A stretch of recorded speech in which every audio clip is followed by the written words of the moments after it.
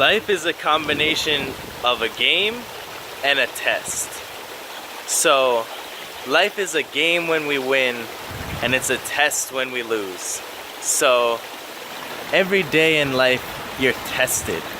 You're tested through the law of karma.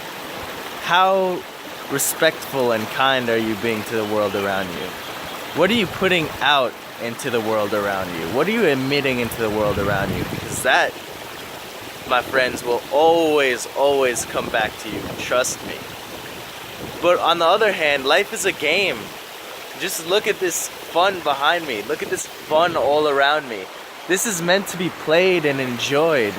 And while it is still a test, and we still are tested in how we treat this game, how we treat each other, how we respect and love Mother Earth and the Aina of this land and the Aloha of the spirit, it's still a game to be experienced. It's still a game in which we have lovers and friends and fights and hardships, and we come out of the hardships, and at the end of the tunnel there's a light. And we grew up and we didn't have that much money, but then we succeed, and the game of life is won by being successful doing what we love. So really, life is a big merge and combination of a game and a test. And the most important thing to know is once you stop fearing, you win.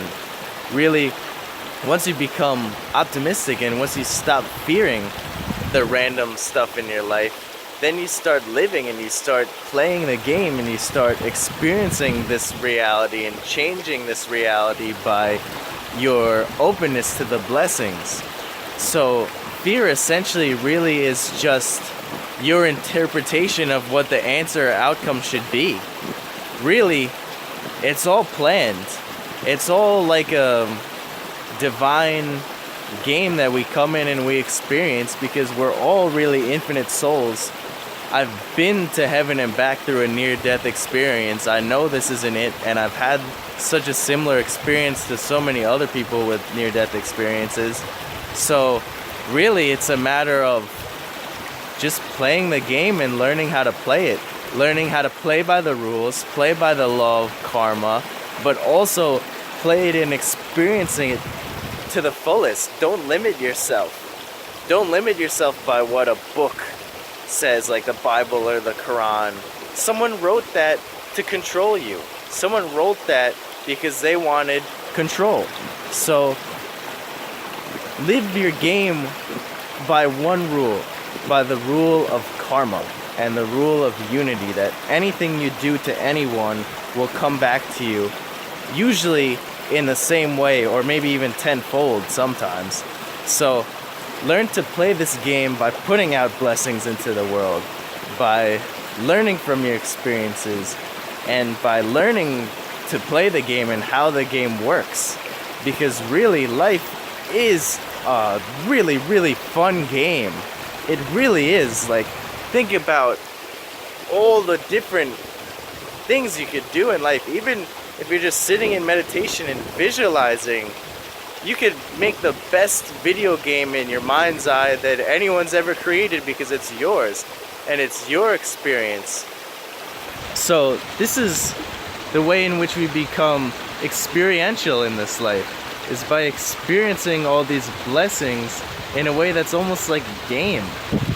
Really, like, as much as there's so much serious stuff going on, really things come and go. Leaders of the world, they rise up and then they die and then someone else takes over. So if you don't like the president, who the fuck cares, because he's gonna die eventually. So like, just focus on playing your game. Focus on learning how to play the game. Learning about nature, learning about what are the rules and laws of nature, because they do abide by certain laws and forms that make it so beautiful. Like, as much as we like to think as scientific minds that the world was just kind of like poof, and it was there, I believe it could be to a certain extent, but there's so many rules, and rules is more like a strict term. I'm gonna say there's more of a format to this life than a lot of people are scientifically thinking. Like, Fibonacci sequences and different codes in life. This is all part of the game.